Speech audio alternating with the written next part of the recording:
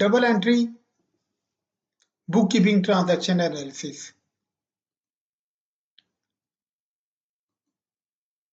Definitions: assets, equities, liabilities. Assets: cash, currency notes and coins.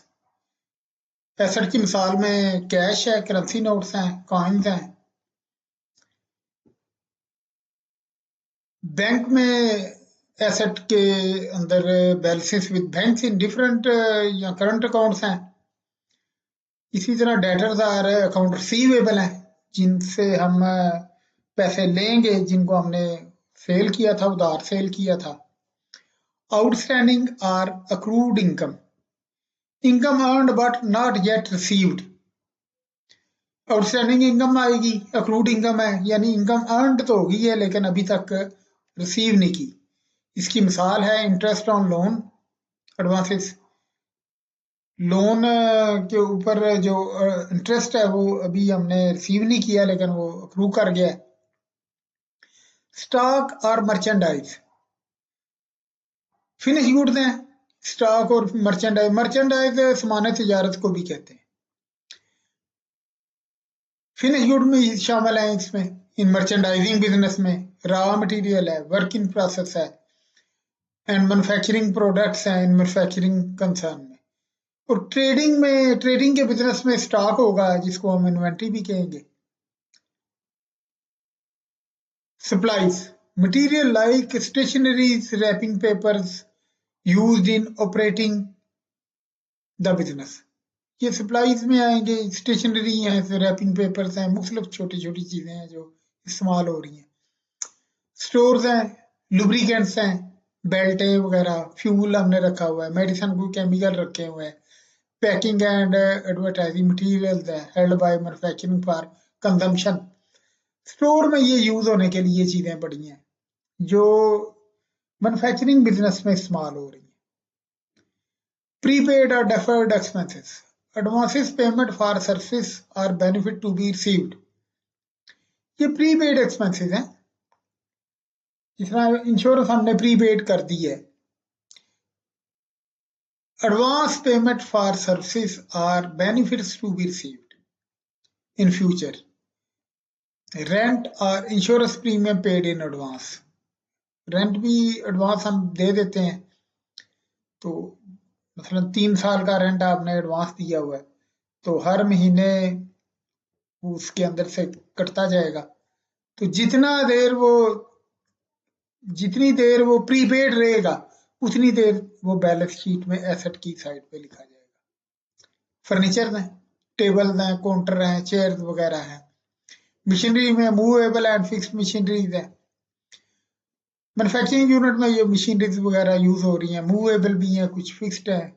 ये सारी machineries asset हैं। Office equipment है, such as typewriter, पहले होते थे अब कंप्यूटर आ गए हैं। फैंस हैं, कैलकुलेटिंग मशीन हैं, एयर कंडीशन वगैरह, ये ऑफिस इक्विपमेंट्स हैं। ये भी सारे एसेट हैं। बिल्डिंग स्ट्रक्चर सारा एसेट होगा।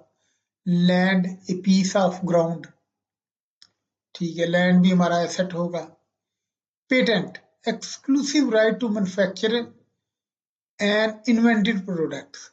पेटेंट हमने राइट ले लिया कि ये मैन्युफैक्चर करेंगे हम, एक्सक्लूसिव राइट है, कुछ चीजें इन्वेंट की हैं तो उसके हमने राइट खरीदे हुए हैं। Trademark, exclusive right to use distinctive design or word for sale of product। कुछ राइट हमने ले ली है कि कुछ डिजाइन है या वर्ड्स हैं जो हमारी प्रोडक्ट्स जब सेल करेंगे तो उसके ऊपर यूज होंगे। इस तरह के लोगो वगैरह हमने बनाया हुआ है, ट्रेडमार्क निशान बनाया हुआ है तो वो मखसूस है, उसको हमने रजिस्टर करवाया हुआ है ट्रेडमार्क रजिस्ट्रेशन से। पूरा एक अदारा बना हुआ है ट्रेडमार्क रजिस्ट्रेशन का, जिसमें ट्रेडमार्क जब आप बनवा लेते हैं तो उसकी भी वैल्यू होती है, उसको भी एसेट में लिखा जाएगा। फ्रेंचाइज है, right granted by public authority to operate a regulated service such as public transportation है, इलेक्ट्रिसिटी, गैस वगैरह कुछ आपने in a specified area for a given period. कुछ आपने राइट ले लिए कि ये इलेक्ट्रिसिटी आप इतना अरसा इस्तेमाल करेंगे, गैस इस्तेमाल करेंगे वगैरह वगैरह, ये सारे। कॉपीराइट है exclusive right to reproduce reading material and work of art.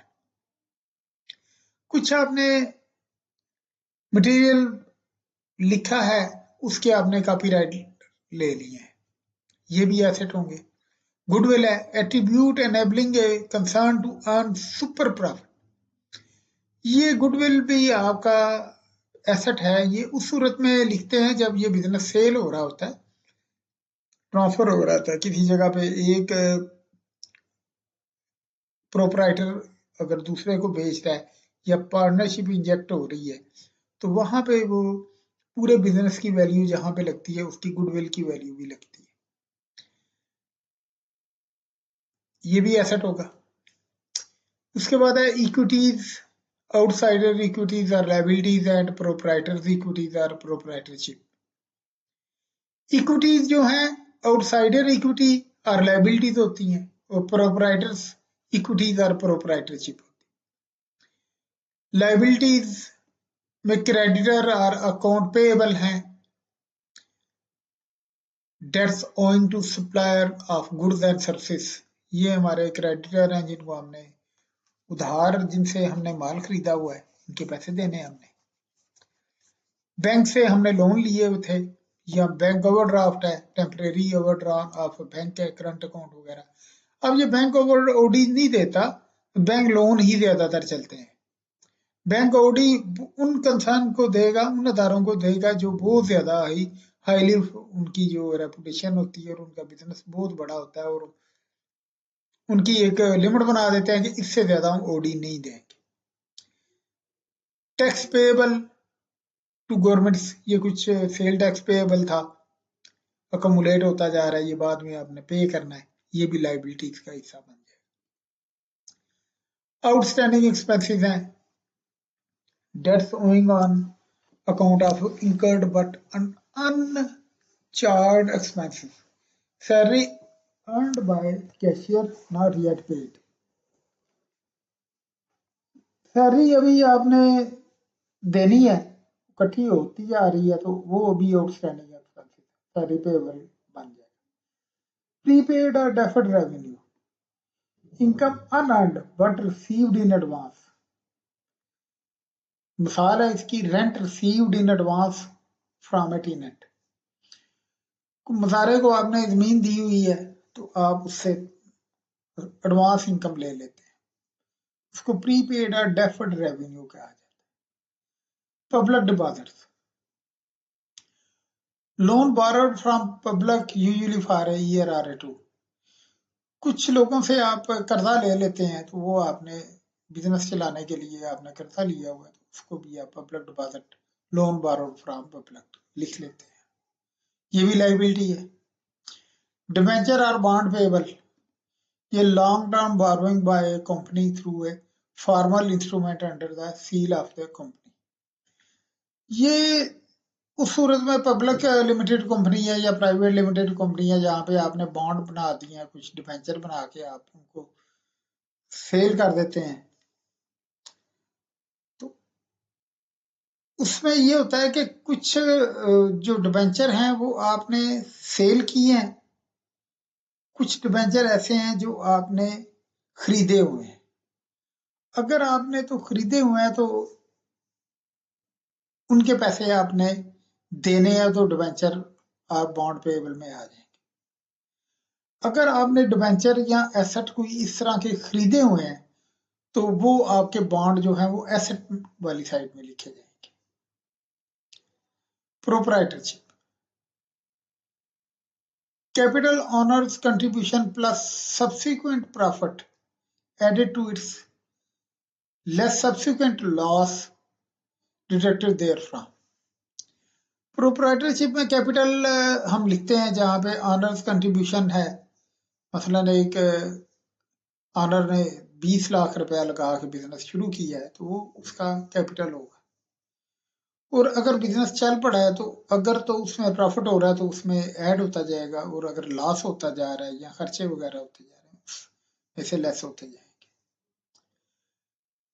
Reserve and surplus, accumulated profit है usually for a company to meet future contingencies.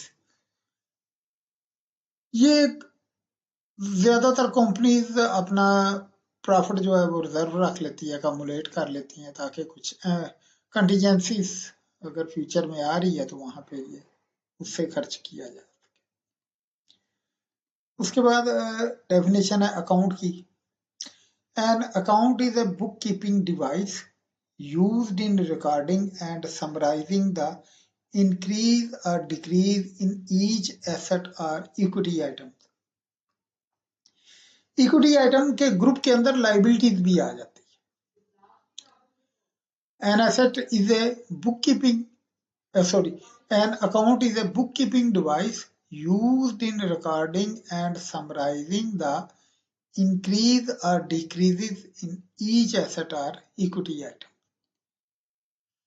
Equity item, it is in its simplest form an account. It is a division of page into two halves by a vertical line which look like the letter T, called T account. दो लाइनें लगा लेते हैं ऐसे सीधी, एक ऐसे एक side पे कुछ लिखते हैं, एक साइड पे कुछ लिख रहे हैं, तो टी अकाउंट कहलाई जाएगी।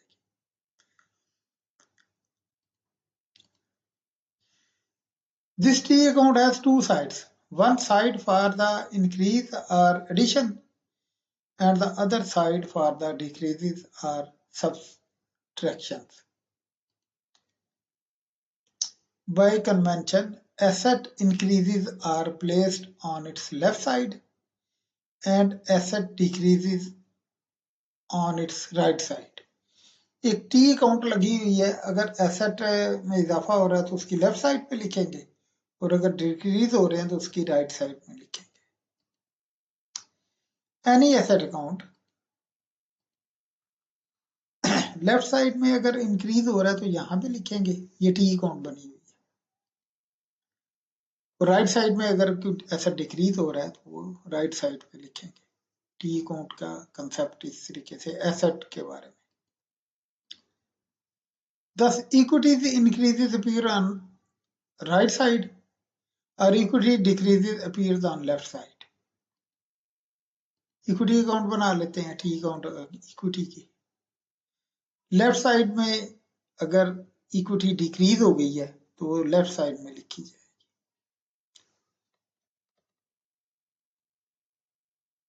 राइट साइड पे इंक्रीज हो जाएगी इक्विटी तो वहां पे राइट साइड में टी अकाउंट की राइट साइड पे लिखी जाएगी।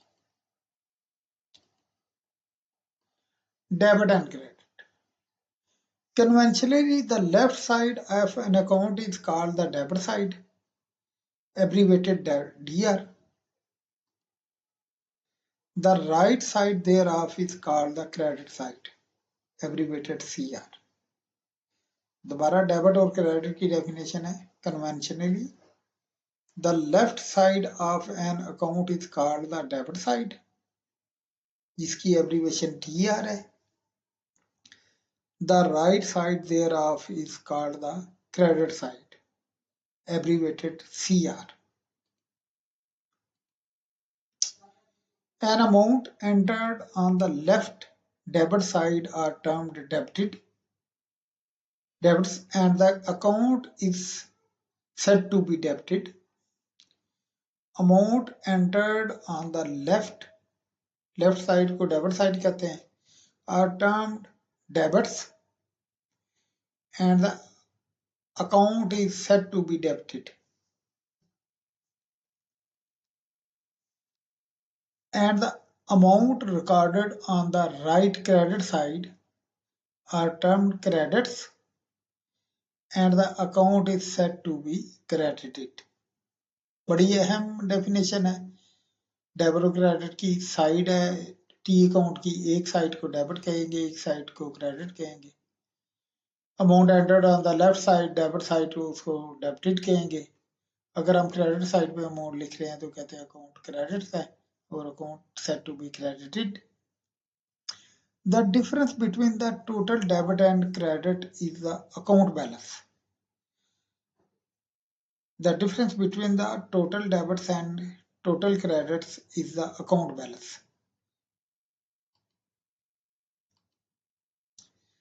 but where the sum of debit and credits equalize, the account is said to be in balance. अगर दोनों साइडें बराबर हैं तो हम कहेंगे ये इन बैलेंस है। अगर एक साइड में फर्क है दूसरी साइड में से, या दूसरी साइड में फर्क है पहली साइड में से, तो वो उसके बैलेंस के कहा जाएगा उसका। और अगर दोनों इक्वल है तो उसको कहेंगे कि account is said to be in balance. Where use as verb debit means to make an entry on the left hand side of an account। दोबारा मजीद डेफिनेशन खोल के बयान की जा रही है।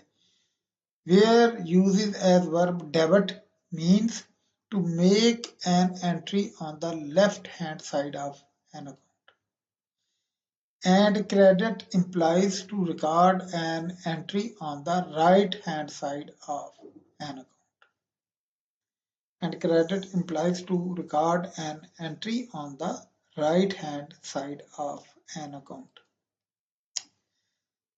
The word debit and credit should not be confused with the increase and decrease as can be seen below। Any asset, ये T account बनी हुई है, ये डेबिट साइड है, ये क्रेडिट साइड है। अगर तो एसेट में इजाफा हो रहा है तो उसको लेफ्ट साइड में डेबिट में लिखेंगे, और अगर एसेट में कमी हो रही है, डिक्रीज हो रही है, तो उसको हम राइट साइड में लिखेंगे। इसी तरह इक्विटी अकाउंट है या कैपिटल अकाउंट है या अकाउंट पेबल अकाउंट है, लायबिलिटीज अकाउंट है, तो अगर तो उसमें कमी हो रही है, डिक्रीज हो रहे हैं, तो उसको डेबिट साइड में लिखेंगे, और अगर इक्विटी में इजाफा हो रहा है तो उसको इंक्रीज इस साइड पे लिखेंगे, राइट साइड पर। टी अकाउंट बनी हुई है, एसेट की टी अकाउंट भी है, इक्विटी की भी टी अकाउंट है। ये बड़ी इंपॉर्टेंट डेफिनेशन हैं, इनको ये लर्न कर लें, याद कर लें, तो आगे यही बेस बनेगी पूरी अकाउंटिंग की। इसी तरह increase in asset are debited, decrease in asset are credited.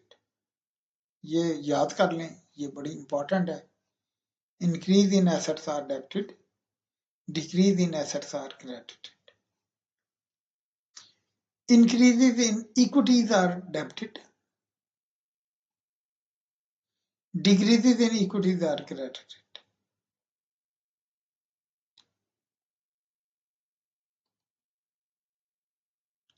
Types of accounts: personal accounts, real accounts, nominal accounts।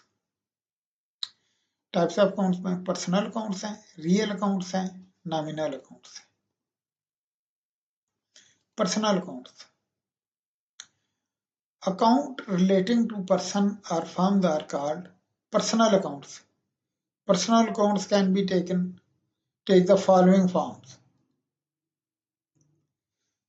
natural personal account, for example Rahim account, Karim account, ये सारे नेचुरल पर्सनल अकाउंट होंगे। Artificial person और body of person account है, जिस तरह हबीब bank limited है,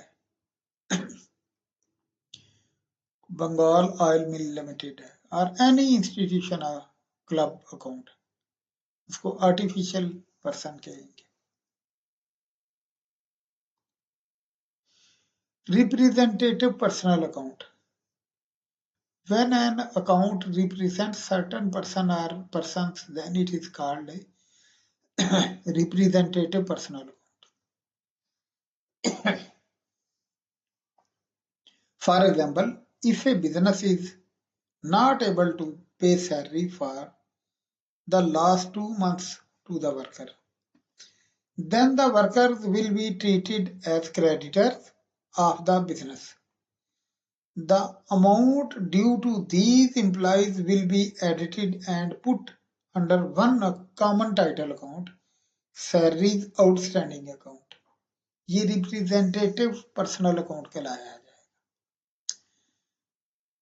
दोबारा पढ़ देते हैं। For example, if a business is not able to pay salary for the last 2 months to the worker, then the workers will be treated as creditors of the business. The amount due to these employees will be added and put under one common title account, salaries outstanding account.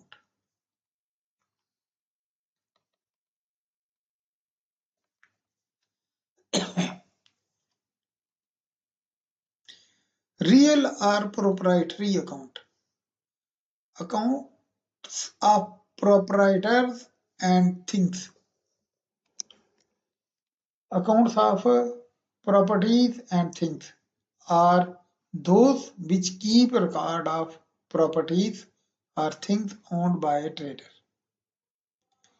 Machinery account है, land account है, furniture account है, building है, cash account है, ये real account इसको कहा जाएगा।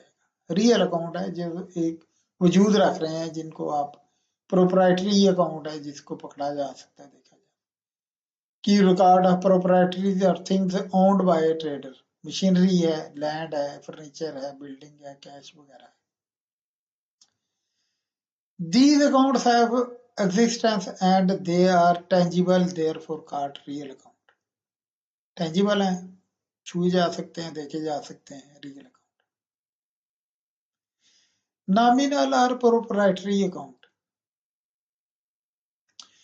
Nominal or proprietary accounts, accounts of gain or losses वगैरह, are those that record expenses, gains and losses such as salary, wages, rent, repair, interest, discount वगैरह, ये नॉमिनल अकाउंट या proprietary account कहलाए जाएंगे। Note, some impersonal accounts may be personal in meaning. Capital account है, drawings है, accounts हैं, drawings account है, loan accounts हैं। These accounts are personal account of the proprietary of the business or of the partners thereof, who are creditors of the concern for the amount of their capital and debtors to the extent of their drawings. Rules for debit and credit. Rules have been framed for a correct debit and credit of personal, real and nominal account. Nominal and real accounts are collectively called impersonal accounts.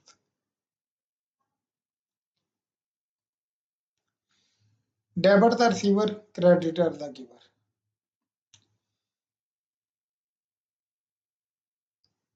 Thus, if R pays rupees 100 to L, the farmer is giver and later is receiver.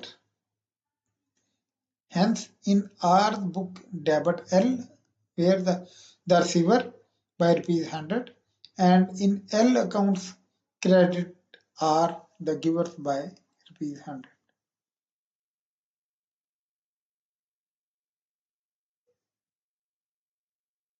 यहाँ पे are आप देखें कि are journal entry इसकी ऐसे डलेगी, are अपनी books में लिखेगा L accounts debit, cash account credit. अब यहाँ पे देखें ये जो कैश है ये वैसे भी डिक्रीज, एक अकाउंट का भी अगर आपको पता चल जाए ना वो डिक्रीज हो रहा है, कैश डिक्रीज हो रहा है, तो उसके अगेंस्ट जो दूसरा अकाउंट होगा वो डेबिट ही होगा। ये एक कॉमन रूल भी है। अगर एसेट एक अगर आपको अकाउंट का पता चल गया कि वो डिक्रीज हुआ है या इंक्रीज हुआ है, तो उसका आपको पता है कि मसलन एसेट में आपको पता चल गया कि कैश अगर इंक्रीज हुआ है तो वो कैश डेबिट में लिख देंगे, उसके अगेंस्ट जिससे आया होगा वो लिखा जाएगा। अब यहाँ पे देखिए कैश दिया है, कैश गया है एल अकाउंट के पास, अब एल हमारा रिसीवेबल बन गया है। अगर ये कैश हमें देता है तो फिर हम यहाँ पे लिखेंगे कैश को डेबिट करेंगे, एल को क्रेडिट करेंगे, ये आपस में ऑफनेट हो जाएंगे। लेजर कैसे बनेगा? अगर कैश का लेजर बनाए यानी कैश बुक बना रहे हैं हम, देखिए कैश 100 रुपए से क्रेडिट है, हम लिखेंगे कैश क्रेडिट है किसके अकाउंट के अगेंस्ट? एल के अकाउंट के अगेंस्ट। इसी तरह जब एल की हम बुक बना रहे हैं, ये कैश, एक तो कैश बुक बन रही है, एक एल का अकाउंट बन रहा है, तो वहां पे भी डेबिट का टी लगा लेते हैं। अब देखिए एल हमारे पास है, डेबिट है 100 से, हम यहाँ पे डेबिट में 100 लिख लेंगे और ये कैश कैश के अगेंस्ट है।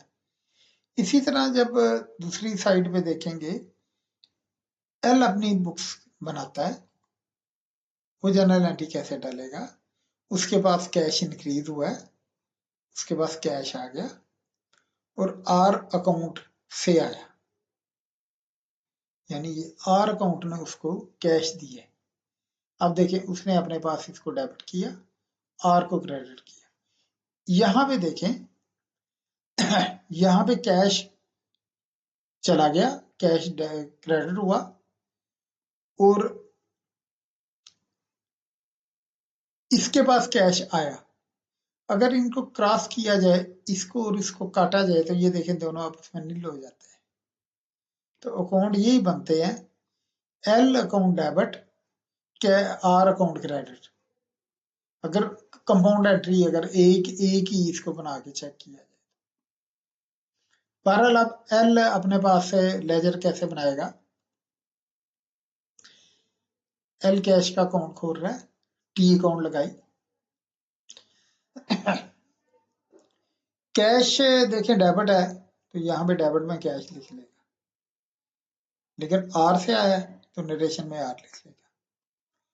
और जब आर का बी अकाउंट बना रहा है, तो यहाँ पे आर के अकाउंट को डेबिट किया, टी अकाउंट लगाई, आर में देखें यहाँ पे क्रेडिट है, क्रेडिट में अमाउंट लिख दी और बाय कैश, नरेशन में कैश लिख दिया। बड़ी कंप्रीहेंसिव एक डेबिट क्रेडिट की एक लिस्टेशन है, जिसमें हमने उसकी जनरल एंट्रीज भी डाल ली हैं और साथ ही लेजर के कंसेप्ट भी इसके अंदर बयान कर दिए हैं। इस एंट्री को, इस स्लाइड को अगर आप 2-3 दफा देख लेते हैं तो आपके काफी कंसेप्ट क्लियर हो जाते हैं। Debit what comes in, credit what goes out.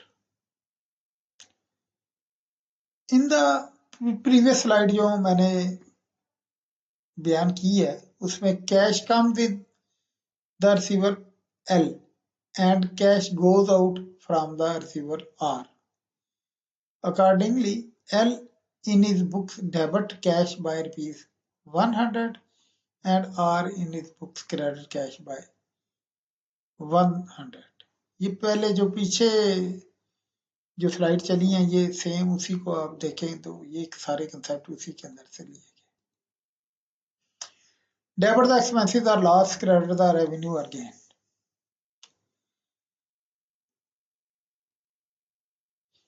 If the rent is received by landlord from tenant, अब देखें रेंट रिसीव हुआ है, इसका मतलब है यहाँ पे इतने से ही आपको एक एंट्री का पता चल गया कि वो कैश आपके पास आया है। एसेट इंक्रीज हुआ है तो कैश को डेबिट करेंगे, और किस मद में आया है, वो इनकम की मद में आया है, उसको हम क्रेडिट करेंगे। इसको देखते हैं। देखिए कैश उसके पास आया लैंडलॉर्ड के रिकॉर्ड में, और इनकम की मद में आया, जो रेंटल इनकम है, इनकम क्रेडिट होती है। अब जो पीछे रूल हमने पढ़े थे उसके अंदर भी देखें कि जो एक एसेट इंक्रीज कर गया, एसेट इंक्रीज किया तो हमने एसेट को डेबिट कर दिया, और दूसरी तरफ इक्विटी में इजाफा हो गया है, जो आपकी जो कैपिटल था उसके अंदर इजाफा हो गया। तो इक्विटी में इजाफा हुआ, उस कंसेप्ट में इसको लिखेंगे तो ये इक्विटी में इजाफा जो है वो क्रेडिट कहलाता है। और अगर आप इसको सिंपल रूल में आप देखें तो एक एसेट डेबिट हुआ है तो दूसरा ऑटोमेटिकली क्रेडिट होगा। कैश डेबिट हुआ और रेंटल इनकम क्रेडिट होगी। अब इसका अगर लेजर बनाया जाए, कैश की टी अकाउंट बनाते हैं। देखिए कैश में डेबिट है, कैश डेबिट है तो यहाँ पे डेबिट में कैश लिख लेते हैं, लेकिन किस वजह से गिरावट है? रेंटल इनकम की वजह से। बेसिकली ये जो टी कैश की है, ये कैश अकाउंट है, और यही कैश बुक का कंसेप्ट भी यही है। दूसरी तरफ रेंटल इनकम का कंसेप्ट है, उसके अंदर वो टी लगाते हैं, देखते हैं कैसे कर। ये क्रेडिट है, यहाँ पे क्रेडिट में मोड लिख लें और नरेशन में कैश लिख लें कि ये रेंट जो है ये कैश की वजह से है, रेंटल इनकम। इसी तरह लाइन लगा के दूसरी तरफ टीनेट अपना रिकॉर्ड कैसे बनाएगा, जनरल एंट्री डालेगा। देखिए इसने कैश दिया है, इसका कैश जो है वो डिक्रीज हो रहा है, तो ये क्रेडिट में लिखेगा। और दूसरी तरफ ये रेंट जो है इसका एक्सपेंस है, ये रेंटल इनकम डेबिट हो गई। लेजर बनाएगा, कैश अकाउंट बनाएगा, टी लगाई। देखिए कैश क्रेडिट है, 200 क्रेडिट में लिखेगा, बाय रेंट कि रेंट की वजह से क्रेडिट हुआ है, ये नरेशन रेंट की आ रही है। इसी तरह रेंटल का जब बनाएगा, रेंट का बनाएगा, टी अकाउंट बनाएगा।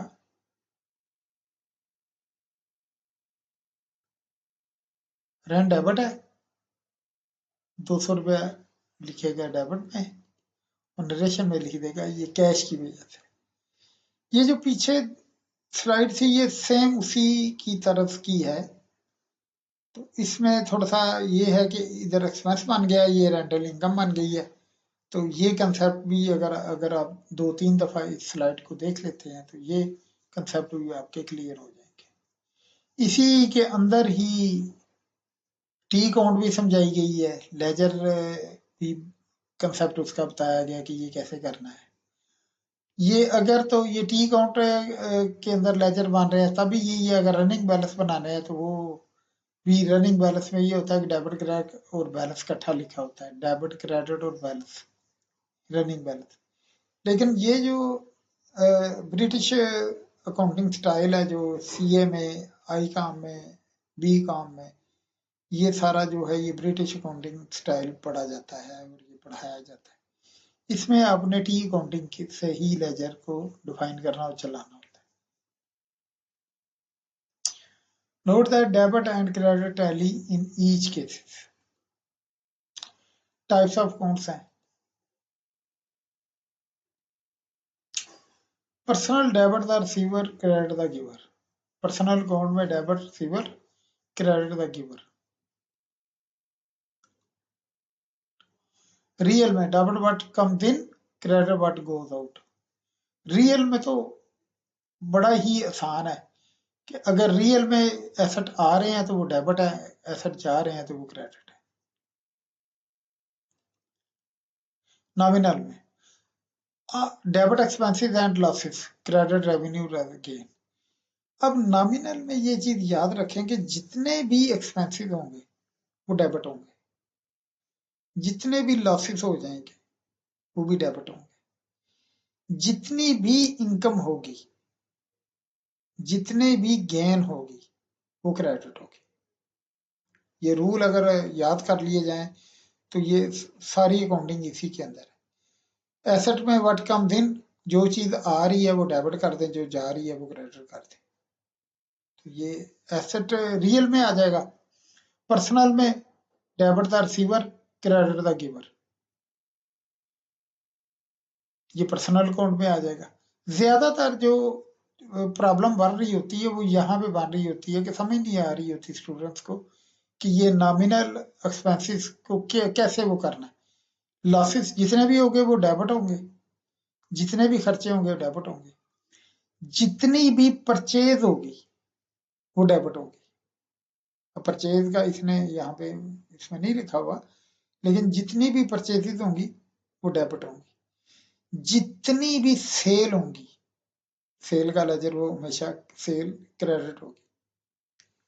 अब इसको अब 2-3 दफा इसको पढ़ लें तो ये काफी कंसेप्ट पीछे भी स्लाइडों में दिए हैं, तो मजीद ये कंसेप्ट दे दिए थे।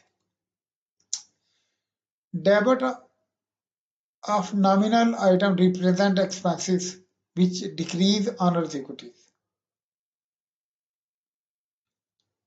अब debit of nominal items represent expenses which decrease unearned equities.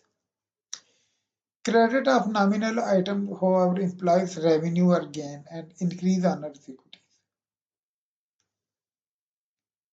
ये भी एक मजीद उसको डेफिनेशन को खोल के लिख दिया गया है, इसको भी आप देख लें.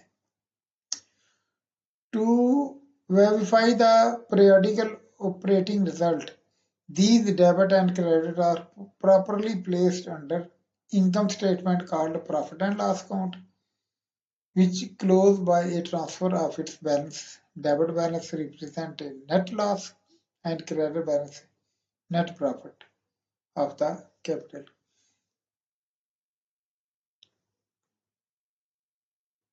प्रॉफिट एंड लॉस अकाउंट जब हम बनाएंगे तो उसका भी अगर डेबिट बैलेंस है तो वो लॉस है, अगर क्रेडिट बैलेंस में आ रहा है तो वो उसकी गेन है या इनकम है या प्रॉफिट है.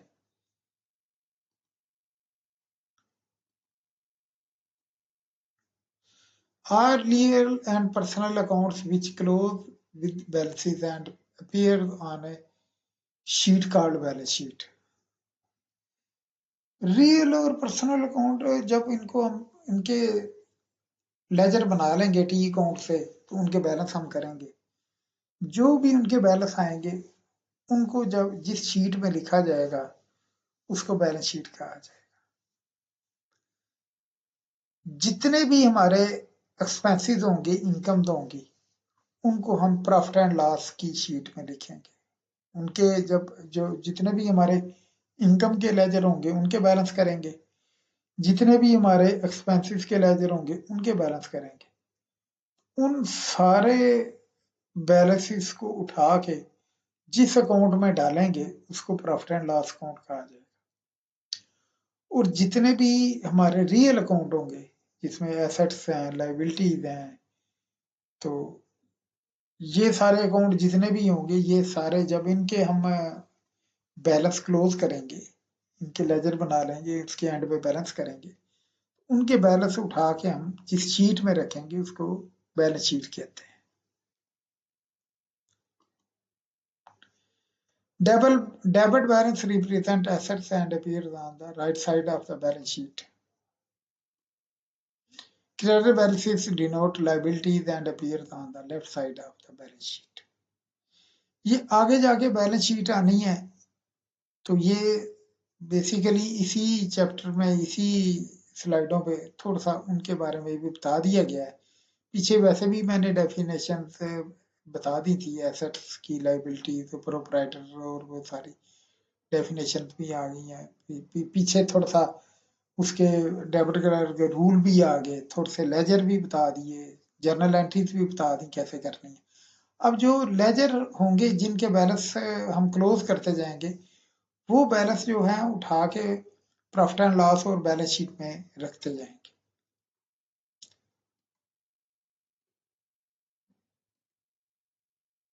The book in which above illustrated accounts are kept is called ledger. वो पीछे जो मैंने टी अकाउंट बनाता रहा हूं उनको हम लेजर कहते हैं. Ledger is thus a set of accounts. It may be a bond book or a set of loose leaf page or punch record.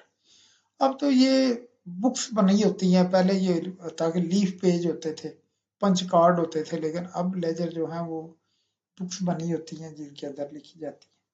अब तो कंप्यूटराइज अकाउंटिंग आ गई है, उसके अंदर तो बुक्स का भी कंसेप्ट खत्म होता जा रहा है, वो डायरेक्ट पोस्टिंग हो रही होती है, तो वो अकाउंट्स कंप्यूटर पे ही बन रहे होते हैं. Each account is placed on A separate page और कार्ड. हर अकाउंट जो है वो सेपरेट पेज पे रखा है. रेंट जो है वो रेंट के लेजर हमने बनाए होंगे, इसी तरह सैलरीज के अलग से लेजर बने होंगे, इनकम के अलग से बने हुए हैं, अकाउंट रिसीवेबल के अलग से, अकाउंट पेएबल के अलग से. ईच एंड एवरीथिंग जो है वो नई ट्रांजैक्शन है. कोई भी बिजनेस में कोई इवेंट हो रहा है, कोई ट्रांजैक्शन हो रही है, कोई तो उसका लेजर खुलेगा तो वो लेता सेपरेट पेज पे लेजर होगा. उसके फिर जो बैलेंस उठाएंगे वो हम बैलेंस उठा के या तो प्रॉफिट एंड लॉस में चले जाएंगे या फिर बैलेंस शीट में चले जाएंगे.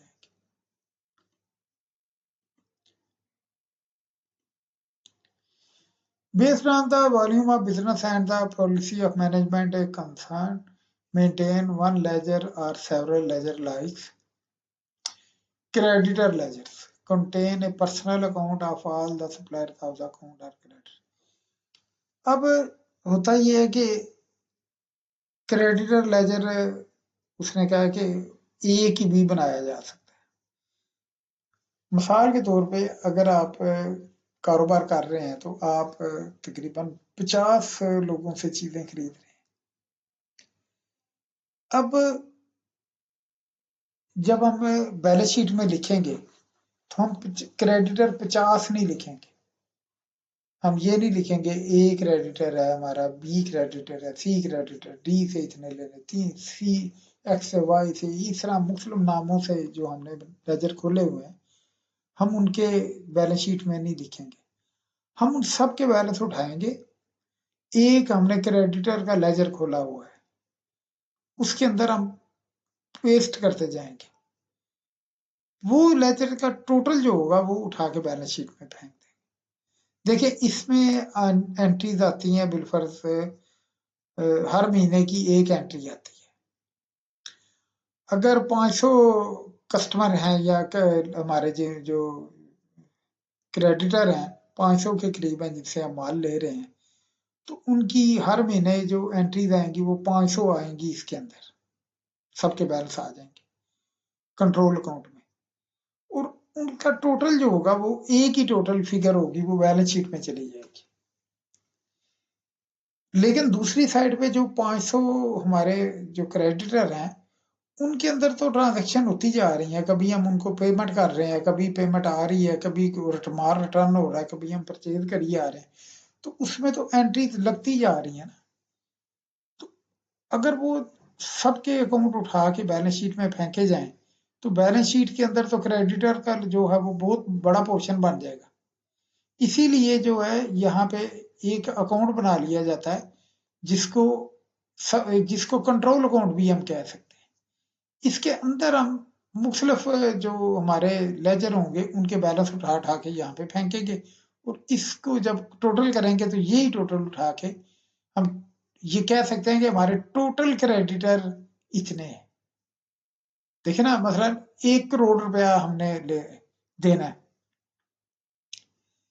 तो ये तो नहीं है कि हम जब हम कहेंगे कि 1 करोड़ जो देना है वो फलां बंदे का इतना देना, फलां बंदे का इतना देना, फलां बंदे का इतना देना, इस तरह नहीं होगा। बैलेंस शीट में इस तरह लिखा होगा। बैलेंस शीट में एक ही फिगर आ रही होगी क्रेडिटर लेजर, टोटल क्रेडिटर, उसमें जी 1 करोड़ है। पीछे बंदे कितने हैं जिनके देने हैं, वो हो सकता है कि 500 हो, 1000 हो, तो ये एक ही लेजर बनेगा। इसी तरह डेटर के लेजर बनते हैं जिससे हम उधार सेल करिए आ रहे हैं। देखिए कुछ बिजनेस ऐसे हैं जिनके कस्टमर होते हैं तकरीबन हजार हजार कस्टमर, 2-2 हजार, 3-3 हजार कस्टमर होते हैं। अब वो उनका सबका टोटल उठा के एक ही लेजर में डालेगा ना, उसको डेटर लेजर कहेगा कि मार्केट से हमने पैसे लेने कितने हैं। अब बैलेंस शीट में जो फिगर आएगी वो डेटर की एक ही फिगर आएगी जिसके अंदर उन सब लेजरों का टोटल होगा जो एक ही दफा दिया हो। मतलब 500 कस्टमर हैं, 500 उधार आपने लोगों को माल दिया हुआ है, तो उन 500 का टोटल उठा के एक ही डेटर लेजर में फेंकते जाएंगे। तो बिलफर्ज 500 कस्टमर है तो 500 एंट्री आएंगी, लेकिन जब 500 कस्टमर के अलग-अलग लेजरों में एंट्री देखे तो वो हजारों एंट्रीज होगी।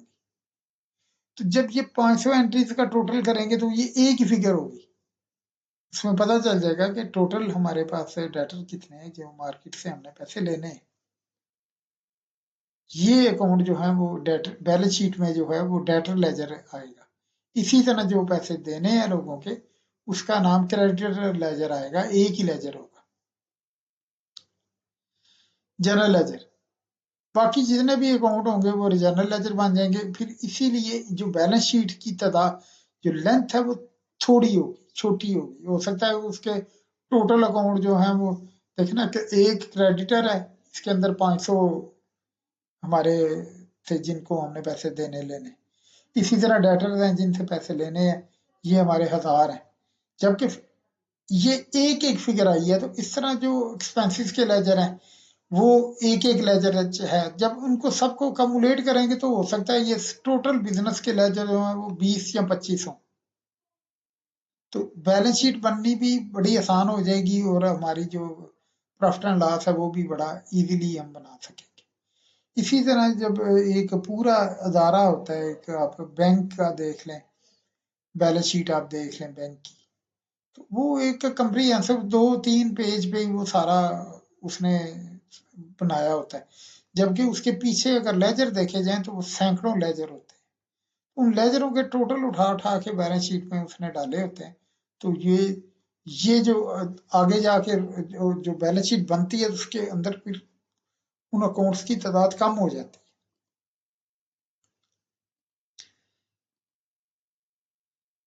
It is a book of original entry to record chronological in order of a date and in detail the various transactions of a trader. It is also known as a day book because it contains the account of every day's transaction. अब journal में ना सारी entries chronological आ रही होती हैं, date wise आ रही होती है। पैसे आए गए, किससे आए किसे गए, वो सारा कुछ यहाँ पे हर बुचर जो है वो यहाँ पे जर्नल में चढ़ाते रहते हैं। उसके बाद यहाँ से उठा के हर ट्रांजैक्शन को अपने अपने लेजर में फेंकते रहते हैं। देखिए that function of the journal are to analyze each transaction into debit and credit so as facilitate their transfer into the ledger. To arrange transaction chronologically, एक तरतीब से ट्रांजैक्शन जो है वो उसके अंदर हम लिखते जाते हैं, फिर वहां से उठा उठा के इनको अपने मुतलका लेजर में रखते जाते हैं। यहीं से देख के कैश बुक बन जाती है, यहीं से हमारे एक्सपेंसेस के लेजर बन रहे होते हैं। ईच एंड एवरीथिंग जो है वो जर्नल से बन रही होती है। ये इसकी entry to enter, register or record a transaction in journal is called the make an entry। कहते हैं कि जो एंट्री हम कर रहे हैं, जो रिकॉर्ड कर रहे हैं जर्नल में, उसको कहते हैं इसकी एंट्री क्या है। Form of journal, the journal is rule as follow. Journal entry, ये जर्नल है, इसकी फॉर्मेट इस तरह मुख्तलिफ बिजनेस की मुख्तलिफ होती है लेकिन कंसेप्ट एक ही है। डेट आ गई है, पार्टिकुलर आ गए, लेजर फोलियो है, डेबिट क्रेडिट, डेबिट और क्रेडिट, ये रनिंग बैलेंस का कंसेप्ट है। बैलेंस अब जो जो आजकल जो अकाउंटिंग चल रही है वो ये जर्नल है ना, अगर मैं इसका यही इसी को एक तो है कि मैं सारा एंट्री इसके अंदर तरतीब से डालता जाऊं, ये तो होगी जर्नल में एक डेबिट क्रेडिट इस तरह ये चलती जाएंगी इसके अंदर। एक ये है कि मैं इसी को लेजर का कंसेप्ट भी दे दूं, टी अकाउंट भी यही बना लूं, मैं कहूंगी ये हमारी टी भी है। जिस तरह ये कैश का लेजर बना लो, कैश की एंट्री आ जाएगी, रेंट का लेजर बना लो, रेंट की आ जाएगी। लेकिन जो हमारी बुक्स चल रही हैं जहाँ पे आजकल जो हम पेपर वगैरह दे रहे हैं वो वहां पे ये रनिंग बैलेंस वाला नहीं है, वहां पे सिंपल इसको जर्नल ही कहेंगे। वहां पे लेजर जो है वो हम टी अकाउंटिंग से ही बनाएंगे। ये जर्नल का ये स्टाइल है, ये डेट आ गई, डिटेल्स आ गई, लेजर फोलियो है, डेबिट क्रेडिट। ये देखें मैं मिसाल के तौर पे एक एंट्री डालता हूँ यहाँ पे, ये कैश डेबिट है, कैपिटल अकाउंट इंट्रोड्यूस हुआ था ये कैश बिजनेस में, तो हम ये करेंगे कैश डेबिट कर देंगे, कैपिटल अकाउंट को क्रेडिट कर देंगे। Being capital brought in, line लग गई। साथ ही 5 तारीख को परचेजेस की है हमने, परचेज लिख ली, यहाँ पे कैश गया है, कैश लिख लिया। Being good purchase for cash, narration नीचे लिख दी। अब ये उठा उठा के फिर अपने अपने लेजरों में भी जाना शुरू हो जाएंगे। कैश का लेजर बनेगा, वहां पे जाएगी, कैपिटल का लेजर बन जाएगा, अपनी जगह पे चली जाएगी। यहाँ पे जो एल एफ है लेजर फोलियो है, जिससे देखिए कैश का अगर लेजर जो है वो हमने 20 नंबर पे बना हुआ है, 20 पेज नंबर पे है। हम 20 लिख देंगे यहाँ पे, ये कैश 20 पे है 20, ताकि यहाँ से देख के हम ना 20 को खोलेंगे तो वहां पे ये हमें एंट्री नजर आ जाएगी। इसी तरह ये परचेज का जब हम लेजर बनाया हुआ है तो यहाँ पे बिल फर्स इसका पेज जो है हमने लेजर का वो 5 है, तो हमने यहाँ पे 5 लिख देना है। जहां जहां भी परचेज आया करेगा हम 5 लिख दिया करेंगे कि ये 5वें पेज पे है इसका लेजर का टाइटल। इसी तरह परचेज अकाउंट है, सर्वर एंड को से है ये। इसी तरह being good purchase on credit from server and को, ये कंसेप्ट थोड़ा सा दिया गया है। इसके बाद मैं एक इसी इलस्ट्रेशन को मजीद बताऊंगा कि ये कैसे जनरल जर्नल में चढ़ानी है। आगे जितने भी हमारे वो लेक्चर होंगे वो जनरल जर्नल की कुछ इलस्ट्रेशन आ जाएंगी। उसके बाद हम लेजर देखेंगे, फिर कैश बुक वगैरह और ये सारा अकाउंटिंग का सिलसिला जो है वो चल पड़ेगा। लेकिन उससे इससे चलाने से पहले जो पीछे डेबिट क्रेडिट के रूल दिए गए हैं उनको एक दफा रिकॉल करें, क्योंकि आगे जाके फिर ये रूल दोबारा दोबारा बार बार नहीं होते, फिर एक ही दफा हमने पीछे किए होते हैं तो फिर उन्हीं को जहन में रिकॉल करते जाते हैं तो आगे एंट्रीज बननी शुरू हो जाती है। कुछ एंट्रीज ऐसी होती हैं जिनमें थोड़ा सोचना पड़ता है, बाकी सारा सिंपल ही है। अकाउंटिंग जो है वो बेसिकली रिकॉर्डिंग है ट्रांजैक्शन को इन समराइज मैनर में मुख्तलिफ बुक्स ऑफ अकाउंट। कोई फार्मूले नहीं होते, कोई इसमें प्लस माइनस का फार्मूला नहीं है, कोई अलजबरे का फार्मूला नहीं है, बस हमने मुख्तलिफ जो एंट्रीज हैं उनको अपने अपने लेजर में लिखना है और ये अकाउंटिंग है। फिर उसको समराइज करना है, उनके बैलेंस लेने हैं, बैलेंस लेके फिर हमने उठा के ट्रायल बैलेंस बनाना है, ट्रायल बैलेंस से उठा के फिर हमने दो अकाउंट बना देने हैं, एक का प्रॉफिट एंड लॉस नाम होगा और एक का बैलेंस शीट होगा। तो ये बेसिकली जिस तरह ये डेबिट क्रेडिट इक्वल है, अगर लाख एंट्री भी होंगी तो बैलेंस शीट आपस में इक्वल होगी। तो ये एंड पे जाके देखना होता है कि हमारी बैलेंस शीट में अगर कोई प्रॉब्लम आ रही है, पीछे हमने कोई एंट्री गलत कर दी है। देखिए ना, यहाँ पे परचेज अकाउंट मैंने 1000 लिख दिया है, तो सर्वर अकाउंट मैंने अगर यहाँ पे 500 लिख दिया है, तो ये 1000 एंट्रियों के बाद भी जब मैं इसको बैलेंस करूंगा ना तो वहां पे डिफरेंस आ रहा होगा 500। तो ये चीज है कि जब हमने करना क्या, हमने सिर्फ एंट्री दर्ज करनी है और ठीक ठीक दर्ज करनी है। आगे वैसे भी अब कंप्यूटराइज अकाउंटिंग आ गई है, उसमें सिर्फ हम वोचर डालते जाते हैं, वो खुद से ही जनरल बना ही आता है और लेजर भी बना देता है, ट्रायल बैलेंस भी बना देता है, बैलेंस शीट वगैरह ईच एंड एवरीथिंग बना देता है।